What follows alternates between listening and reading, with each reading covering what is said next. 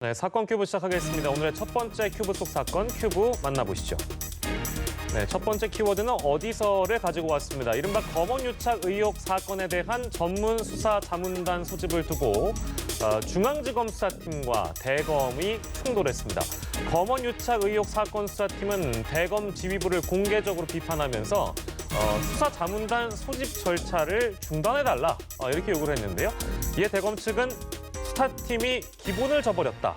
이렇게 자문단 소집을 강행할 의지를 보이면서 양측의 갈등은 더욱 고조되고 있습니다. 오늘 관련 내용 김수민 평론가 계속해서 함께해 주실 거고요. 김성수 변호사 사건 큐브에 모셨습니다. 어서 오십시오. 안녕하세요. 예, 어제 저희가 이 내용도 큐브에서 다뤄봤는데요. 근데 뭐 진영이라는 표현이라는 좀 어색하긴 합니다만 양측의 갈등이 좀 더 극심해지고 있는 그런 상황인 것 같습니다. 이게 뭐 일종의 항명이다 이런 해석까지 나오고 있는 상황이라서 왜 이런 일이 벌어졌다고 봐야 될까요? 김 변호사께서는 어떻게 좀 판단하고 계세요? 예, 지금 이 사건 자체가 이 검언 유착, 그러니까는 어떤 기자 한 사람과 그리고 이제 검찰 측 인사 한 사람이 유착을 해서 협박을 했다. 뭐 이렇게 해서 지금 이게 강요 미수죄가 될 수 있느냐. 네. 뭐 이런 부분들이 지금 쟁점이 되고 있는 사안인데 네. 이와 관련해서 이제 이 당사자인 기자가 14일 날 진정서를 제출을 합니다. 그 진정서의 내용은 지금 현재 수사팀의 이런 수사 부분이 조금 좀 공평하지 못한 부분이 있는 예. 것으로 보이기 때문에 수사 자문단을 꾸려달라 이렇게 지금 요청을 하게 되는데 예. 이 수사 자문단을 꾸려달라고 요청을 하고 나니까 이제 대검에서 받아들일지 여부를 결정을 하게 되지 않습니까? 네네. 원래 신청을 하는 것이 아니기는 하지만 어쨌든 대검에서는 이 진정에 대해서 그렇다면 수사 자문단을 구성하겠다 예. 이렇게 이제 소집 결정을 하게 되고 그렇게 되니까는 이제 현재 수사를 하고 있는 수사팀인 서울중앙지검에서는 예. 이와 관련해서 이것이 지금 아직까지 사실관계도 정확하게 판단이 되지 않은 상태이고 예. 그리고 뭐 여러 가지로 논란이 있을 수가 있기 때문에 예. 이제 좀 거절한다, 거부한다 이런 취지의 이제 입장을 내게 됩니다. 예. 그런데도 이제 대검에서는 이 부분 소집을 강행을 하려고 하게 되고 예. 그러면 이제 소집을 하게 되려면은 여러 가지 이제 절차가 진행이 돼야 되는데 이와 관련해서 계속해서 이제 이견이 발생을 하다 보니까 예. 현재 이런 이야기가 나오고 있는 상황인 거고. 예, 이거요. 김수민 평론가께서는 항명이라고 보십니까? 어떻습니까? 글쎄 검찰의 뭐 체계는 뭐 수직적인 측면이 있기 때문에 항명이라면 항명이라고 볼 수는 있는데 예. 그렇다고 해서 이제 뭐 밑에서 그냥 올라오는 얘기, 치받는 얘기라고만 치부할 건 아닌 것 같고요. 예. 어쨌든 간 양측 간에 이런 갈등이 나오고 수습이 안 되는 것은 책임이 있다라고 볼 수 있겠습니다. 그래서 예. 항명이라고 뭐 볼 수 있다면 볼 수 있겠지만 예, 그걸로 예. 모든 것을 설명할 수는 없다 이렇게 보입니다. 예, 알겠습니다.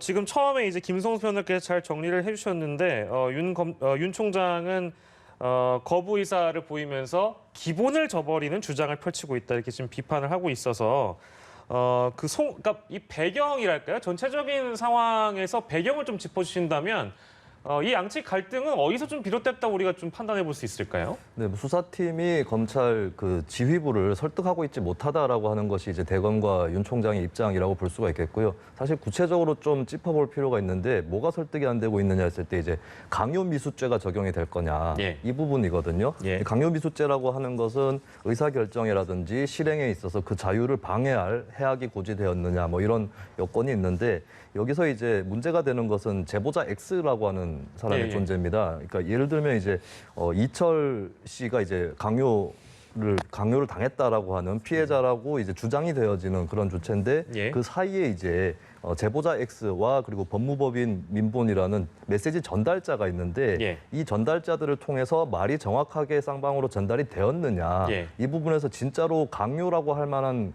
죄가 성립이 되느냐 이 예. 부분에서 이제 윤 총장이나 지휘부가 납득을 못 하고 있다라고 하는 것이고 예. 실제로 이제 제보자 X와 이제 피해자라고 주장을 하고 있는 이철 씨 같은 경우는 이제 서로 말이 좀 다른 부분이 있습니다. 이제 처음에 둘 간의 관계에 대해서도 예전에는 아주 오래된 친구라고 했는데 현재는 좀 그렇죠. 예, 예, 예. 모르는 사이인 예, 예. 것으로 밝혀졌고 그리고 여야 로비 그 장부가 있느냐 5명을 다룬 장부가 있느냐 했을 때 X는 그게 있다라고 하면서 채널A 기자한테 접근했는데 예. 이철 씨나 법무법인 민본에서는 그건 없다라고 했었거든요. 이런 부분들 때문에 특히 제보자 X의 신빙성 이런 것 때문에 더 납득을 못 하고 있는 것이 이 검찰총장의 입장인 것 같습니다. 예, 대검과 중앙지검 측의 서로 다른 시각, 어떤 배경을 가지고 이런 갈등이 빚어지는가에 대해서 김수민 평론가께서 이제 짚어주셨는데 수사 자문단 구성 과정 저희가 좀 짚어보려고 합니다. 그러니까 여기 이제 후보 구성할 때 후보자 추천을 받기로 돼 있는데 이게 어떤 과정을 거쳤기에 문제가 되는가? 이 부분 좀 짚어주신다면요. 예, 이게 지금 대검 예규에 합리적 의사결정을 위한 협의체 운영 지침이라는 것이 있습니다. 예. 그리고 이 운영 지침에는 이 구성과 관련해서 현 수사팀 그리고 소관부서가 이제 후보자를 각각 추천을 한 후에 그 중에서 이제 실제 위원을 선정을 하는 것으로 돼 있는데 예, 예. 이 중앙지검 지금 현재 수사팀인 중앙지검에서는 예. 이 수사단 구성 자체에 대해서 이제 이의를 제기를 하고 있는 상황이지 않습니까? 네네네. 그렇다 보니까는 이 수사단 구성 관련해서 후보자를 내지 않게 됩니다. 예. 후보자를 내지 않게 되니까 대검에서는 29일에 수사단 이제 추천을 해달라고 했는데 하지 않았기 때문에 대검에서만 이제 추천을 해서 거기서 이제 위원을 구성을 하게 되다 보니까는 예. 그런 부분 관련해서도 결국에는 수사팀과 굉장히 계속 갈등이 있는 상황이라고 볼 수가 있습니다. 예. 그렇다면 이제 이런 상황에 윤석열 검찰총장이 어떤 지시를 했고 이 과정을 다 알았기 때문에 일정 부분 승인한 게 아니냐. 처음에 이제 보도에 의하면 윤 총장이 개입을 한 건 없다라는 식의 보도들이 많이 있었는데 또 어제 새로운 보도가 나오기도 하고 일부의 보도이긴 합니다만요. 제가 이제 언급해드린 건 다 말씀드릴 수는 없고 어디까지 그러니까 윤석열 총장이 다 알고 지시하고 승인했는가? 그건 어떻게 좀 보고 계십니까? 글쎄요, 이게 이제 뭐 암묵적 지시가 있었을 수도 있다라고 네. 하는 얘기도 나오고 있고 이 부분을 명확하게 좀 밝히기는 어려울 것 같습니다. 그래서 오히려 좀 전반적인 과정을 놓고 건조하게 좀 돌아볼 필요가 있겠는데 예. 일단은 이 자문단 구성에서는 뭐 대검 뭐 부장들이라든가 이쪽은 굳이 들어가야 되는 그러니까 의무가 있는 것은 아니거든요. 예. 그런 의미에서는 뭐 예규라든지 이쪽에 위반이 된 건 없다라고 예. 볼 수가 있겠는데 그래도 어쨌든 간에 의사결정 과정에서 이제 부장들을 패싱했다라고 예. 하는 부분들 그러니까 결국에는 이제 뭐 규정을 위반한 것은 아닌데 그래도 같이 일하는 입장에서 좀 민주적으로 더 토론했느냐 이 부분에서는 좀 미달했다 이렇게 좀 정리를 해볼 필요가 있겠고 그래서 예. 중요한 거는 윤석열 총장이 구체적으로 얼마나 개입을 했는지보다 이 전반적인 과정에 있어서 예. 그 지휘자로서 책임이 얼마나 있는가 예, 예. 이 부분을 따지는 것이 더 현명하다고 보여집니다. 예. 그러면 뭐 결과적으로 뭐 두 분께 같은 질문을 좀 드리는 게 맞는 것 같습니다. 그러니까 지금 현 상황에서 윤 총장이 결국엔 이 자문단 구성을 그냥 그대로 할 것인가? 어떻게 보세요? 지금 현재 보도가 나온 부분으로는 자문단 구성이 지금 이루어졌고 예. 3일에 이제 소집이 예정이 되어 있습니다. 예. 그렇기 때문에 아마 윤 총장 측에서는 뭐 다 색다른 뭐 다른 이유가 있지 않는 이상은 예. 일단은 3일에 소집을 강행할 것으로 예상이 되고 있는 상황입니다. 지금 이제 기조대로면 충분히 그럴 가능성이 높다는 말씀이시고 김수민 평론가께서는 어떻습니까? 네, 강행을 할 만한 이유는 있다고 보여지는데 왜냐하면 어차피 이게 수사자문단에서 끝나는 문제가 아니게 되었어요. 예. 이철 씨 쪽에서도 수사심의위원회 소집을 예, 예. 요청을 했고 예. 법무부가 또 직접 한동훈 검사라든지 검찰에 나서기로 했기 때문에 감찰 부분이죠. 예, 그렇기 때문에 다른 주체들이 다 나설 것이라서 그렇다면 윤 총장 입장에서도 어차피 다른 주체도 나서는데 대검에서 추진하고 있는 전문자문단 그대로 강행하자라고 예. 생각을 할 수가 있겠죠. 그래서 이런 절차들이 다 복합적으로 예. 일어날 것이다라고 예상을 해볼 수 있습니다. 저희가 이제 처음에 추천위원회 선정 과정에 대한 어떤 그런 공정성 시비랄까요? 이런 것도 아까 저희가 짚어봤는데 그러니까 결과적으로 만약에 이 자문단에 대검 측 추천위원만 구성되면은 어떤 결과가 나오든지 이게 공정한 게 아니다라는 시비는 다시 나올 겁니다. 그건 어떻게 좀 봐야 될까요?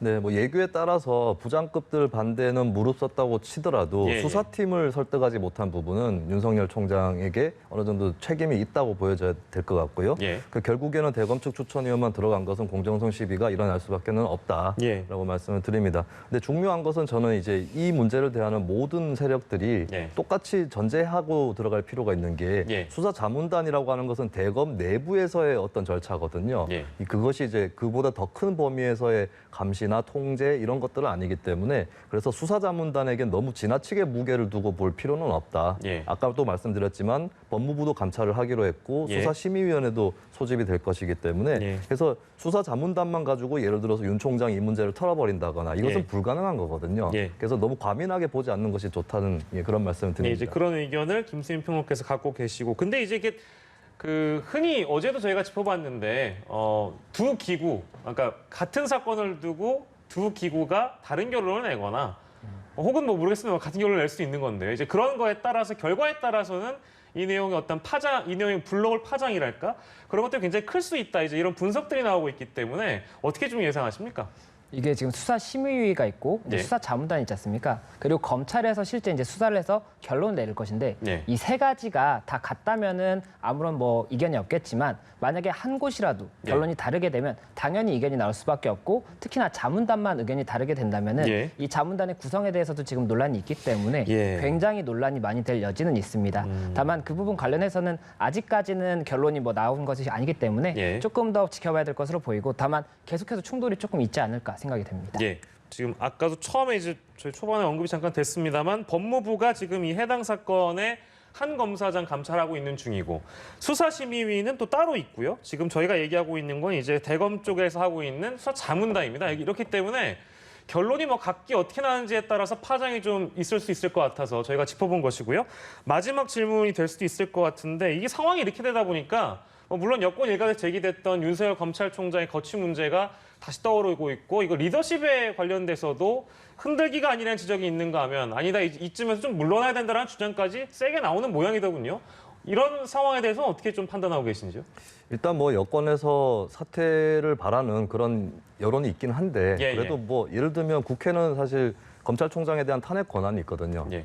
그리고 민주당이 과반 의석이기 때문에 탄핵할 수 있는 건데 탄핵하자는 얘기란 이런 건 나오지 않고 있어요. 예. 대통령도 법무부 장관과 검찰이 협력해서 잘 해보라 이런 메시지를 냈기 때문에 예. 정치권에서 직접적으로 윤 총장을 당장에 어떻게 할 수 있는 그런 기미는 아직 안 보이고 있는 상황이고 예. 이제 윤석열 총장이 앞으로 좀 입증해 나가야 될 문제들이 남아 있습니다. 이게 예. 이번 사건 하나만 있는 게 아니라 지금 예. 거의 대한민국의 중요 사건들이 다 검찰 쪽으로 집중돼 있는 예. 그런 상황인데 두 가지죠. 첫 번째는 윤 총장이 이제 엄정하게 법에 따라서 정권이나 재벌, 뭐 지금 현재 삼성바이오로직스 문제도 같이 예. 있는데 이런 것들을 수사한다라고 하는 그런 것들을 입증하는 것과 두 번째는 지금 혹시 이제 한동훈 검사장이라든가 이런 측근들을 감싸기 위해서 무리하고 있는 거 아니냐, 예. 측근 감싸기 의혹 이것들을 털어나가느냐에 따라서 이제 두 가지 문제에 따라서 윤석열 총장의 리더십 문제는 결정이 될 것이다라고 예.